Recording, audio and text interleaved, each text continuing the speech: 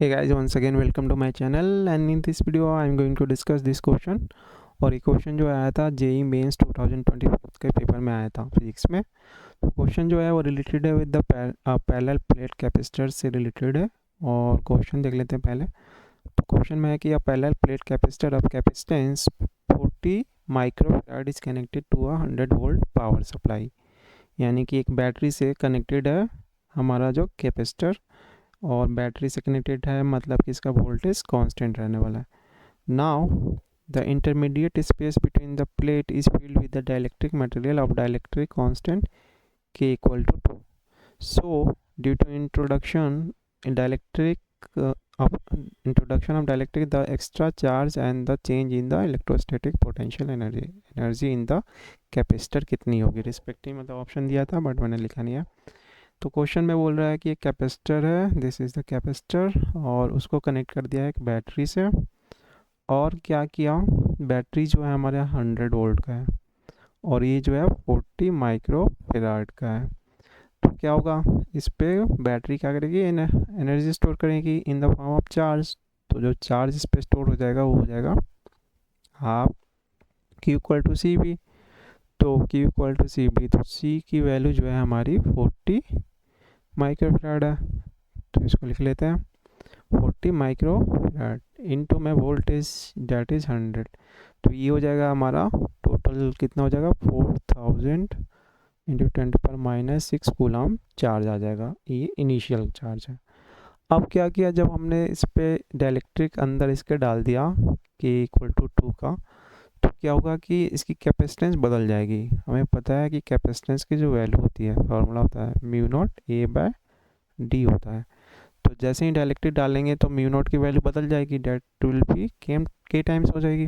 तो के टाइम्स होते ही कैपेसिटर जो हो जाएगा 2 यानी के इंटू सी हो जाएगा। और के की वैल्यू क्या है 2 है, तो पुट कर देंगे तो 2 सी हो जाएगा वो, यानी कि ओरिजिनल का 2 सी नॉट का डबल हो जाएगा। तो ओरिजिनल 40 है तो डेट मीन्स कि नया कैपेसिटेंस हो गया 80 माइक्रो एफ, यानी कि 80 इंटू 10⁻⁻6 एफ। तो नया कैपेसिटेंस की वैल्यू बढ़ गई, डेट मीन्स कि अब क्या हुआ कि इसका स्टोरिंग पावर भी बढ़ जाएगा, चार्ज स्टोरिंग पावर बढ़ जाएगा।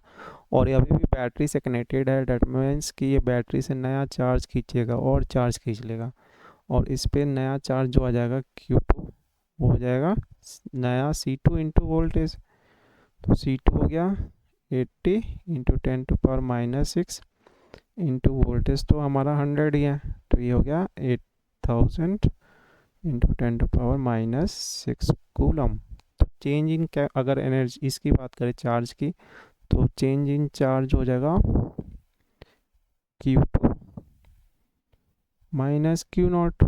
और यहाँ देखेंगे तो 8000 माइक्रो कूलम और ये है 4000 माइक्रो कूलम, डेट मीन्स कि ये बच जाएगा हमारा 4000 इंटू 10⁻⁻6। तो ये हो जाएगा, इसको चेंज करेंगे तो ये आ जाएगा हमारा 4 मिली कूलम। तो इतना चार्ज क्या हुआ, एक्स्ट्रा फ्लो किया है जब हमने इसमें डाइलेक्ट्रिक डाला है। अब नया निकालना है change in the electrostatic energy. तो एनर्जी कितनी चेंज हुई, तो एनर्जी का फॉर्मूला में पता है, जो स्टोर करता है capacitors half C V square. तो दोनों केस में इनिशियल और फाइनल केस में वोल्टेज तो सेम है, डेट मीन्स कि डिफरेंस जो आया है वो सिर्फ हमारे कैपेसिटर की वजह से है। तो वी स्क्वायर बाय 2 कॉमन ले रहा हूँ, तो ये आ जाएगा C2 माइनस सी नॉट। तो वी तो है हमारा 100 का स्क्वायर डिवाइडेड बाय 2, और जो कैपेसिटर है C2 उसमें से C1 माइनस कर दो।